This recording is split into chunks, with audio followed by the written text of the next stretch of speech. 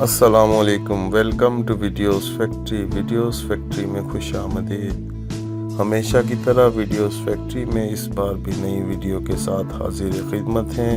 آج کے اس ویڈیو میں محبت کی ایک لازوال داستان شیئر کر رہا ہوں جس نے مجھے بہت زیادہ متاثر کیا اور میں یہ چاہتا ہوں کہ یہ میں آپ لوگوں سے بھی شیئر کروں۔ تو چلیے چلتے ہیں اس ویڈیو کی طرف۔ اگر آپ کو یہ ویڈیو پسند آئے تو اسے لائک، شیئر اور کمنٹس کیجئے اور ہمارے یوٹیوب چینل ویڈیوز فیکٹری کو سبسکرائب کرنا بالکل مت بھولیے تاکہ آپ کو روزانہ ہماری تازہ ویڈیوز موصول ہوتی رہیں۔ شکریہ۔ تو چلیے چلتے ہیں اس ویڈیو کی طرف۔ وہ دونوں کلاس فیلو تھے۔ لڑکی پوری یونیورسٹی میں بہت خوبصورت تھی۔ لڑکا تمام لڑکوں میں وجید، دونوں ایک دوسرے سے ٹکراتے رہے اور آخر میں ایک دوسرے کی محبت میں گرفتار ہو گئے۔ معاملہ رومیو جولیٹ جیسا تھا، دونوں کے خاندان ایک دوسرے سے نفرت کرتے تھے۔ شادی بہت مشکل تھی۔ دونوں باعزت گھرانوں کے سعادت مند بچے تھے، یہ بھاگ کر شادی کے لیے تیار نہیں تھے اور خاندان اپنی اپنی پگڑی نیچے نہیں لا رہے تھے، لہٰذا معاملہ پھنس گیا۔ لڑکے اور لڑکی نے پوری زندگی شادی نہ کرنے کا فیصلہ کیا۔ یہ دونوں اپنے اپنے گھر میں رہتے رہے۔ 5 سال دونوں کے درمیان کوئی رابطہ نہ ہوا۔ والدین شادی کی کوشش کرتے مگر یہ انکار کرتے رہے، یہاں تک کہ لڑکی کے والدین ہار مان گئے۔ لڑکی نے لڑکے کو فون کیا، لڑکے نے فون اٹھایا، لڑکی کی صرف ہیلو سنی اور کہا، مجھے بتاؤ میں نے بارات لے کر کب آنا ہے۔ دونوں کے والدین ملے، شادی ہوئی اور دونوں نے اپنا گھر آباد کر لیا۔ لڑکے نے کاروبار شروع کیا، اللہ سبحانہ و تعالیٰ نے کرم کیا اور وہ خوشحال ہو گئے۔ یہ شادی 20 سال تک چلی۔ اس دوران 3 بچے ہو گئے۔ خاتون کو اپنے حسن، اپنی خوبصورتی پر بہت ناز تھا۔ وہ تھی بھی ناز کے قابل۔ وہ 45 سال اور 3 بچوں کی ماں ہونے کے باوجود ایک نوجوان لڑکی لگتی تھی۔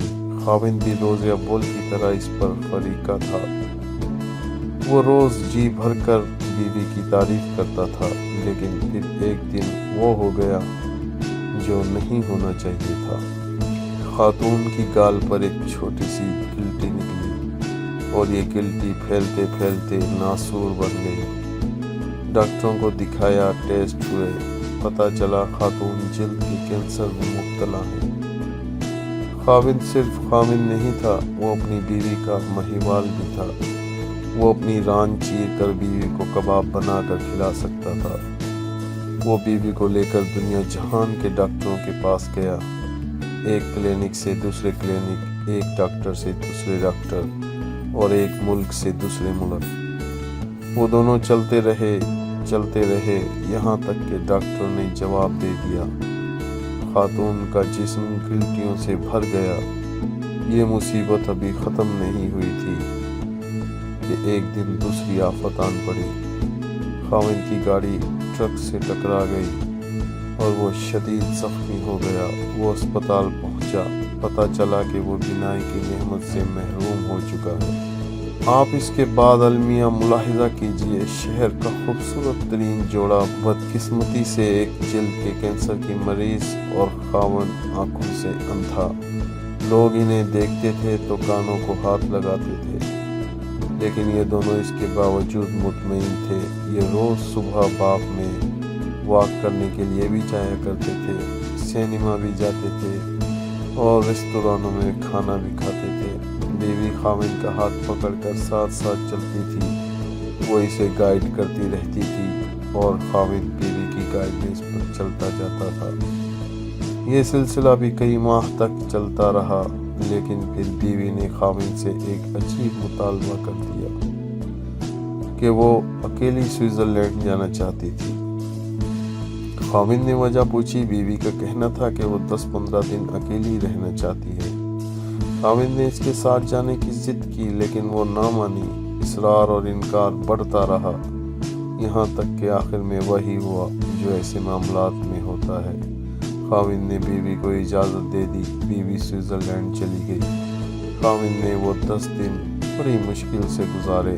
وہ شادی کے 20 برسوں میں ایک دن کے لیے بھی اکیلے نہیں ہوئے تھے۔ یہ ان کی جدائی کے پہلے 10 دن تھے۔ یہ 10 دن پہاڑ تھے۔ خاوند اس پہاڑ تلے سسکتا رہا، تڑپتا رہا۔ 10 دن بعد بیوی نے آنا تھا۔ خاوند ایئرپورٹ پہنچا لیکن بیوی نہ آئی۔ خاوند کو دنیا ڈولتی ہوئی محسوس ہوئی۔ وہ سارا دن بیوی کو فون کرتا رہا، بیوی سے رابطہ نہ ہوا۔ لیکن شام کو بیوی کا خط آ گیا۔ وہ خط ان کے بیٹے نے پڑھا۔ وہ خط صرف خط نہیں تھا، وہ ایک تحریری قیامت تھی۔ وہ پورا خاندان اس تحریری قیامت کا شکار ہوتا چلا گیا۔ میں اس قیامت نامے کی طرف آنے سے پہلے آپ کو دنیا کی ایک خوفناک لیکن دلچسپ حقیقت بتاتا چلوں۔ دنیا میں ایسے بے شمار سینٹرز ہیں جہاں آپ اپنی مرضی سے مر سکتے ہیں۔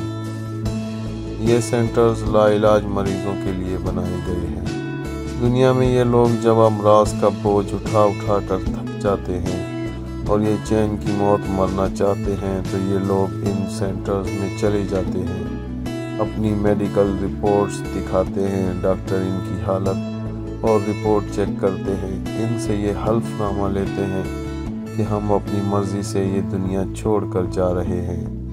ان کی مرضی سے ان کی موت کا دن اور وقت طے کرتے ہیں، ان کی آخری خواہش پوری کرتے ہیں اور پھر انہیں زہر کا ٹیکہ لگا کر دنیا سے رخصت کر دیتے ہیں۔ یہ عمل طبی یعنی آسان موت کہلاتا ہے۔ یہ یوتھینسیا دنیا کے 7 ممالک میں قانونی ہے اور اتنے ہی ملکوں میں اس کی اجازت کے لیے بحث چل رہی ہے۔ سوئٹزرلینڈ بھی دنیا کے ان ممالک میں شامل ہے جہاں یوتھینسیا کو قانونی سٹیٹس حاصل ہے۔ زیورخ شہر میں یوتھینسیا کا سینٹر بنا ہے۔ یہ سینٹر انتہائی خوبصورت جگہ پر قائم ہے۔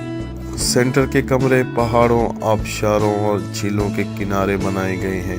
مریض بیڈ پر لیٹ کر زندگی کی آخری صبحیں اور شامیں دیکھتے ہیں اور آخر میں مہربان ڈاکٹروں اور نرسوں کے ہاتھوں میں زندگی کی سرحد پار کر جاتے ہیں۔ وہ خاتون بھی یوتھینسیا کے لیے سوئٹزرلینڈ گئی تھی۔ وہ کینسر کا دکھ برداشت نہیں کر پا رہی تھی، چنانچہ اس نے آسان موت لینے کا فیصلہ کر لیا۔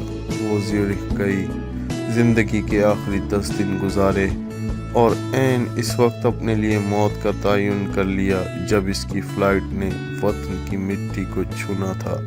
ادھر فلائٹ نے لینڈ کیا، ادھر وہ زندگی کی سرحد پار کر گئی۔ خاتون کا آخری خط بیٹے کے ہاتھ میں تھا۔ وہ سسکیاں لے کر خط پڑھ رہا تھا اور خاوند سر جھکا کر اپنی بیگم کا ایک ایک لفظ سن رہا تھا۔ بیوی نے اپنی پوری زندگی کا احاطہ کیا۔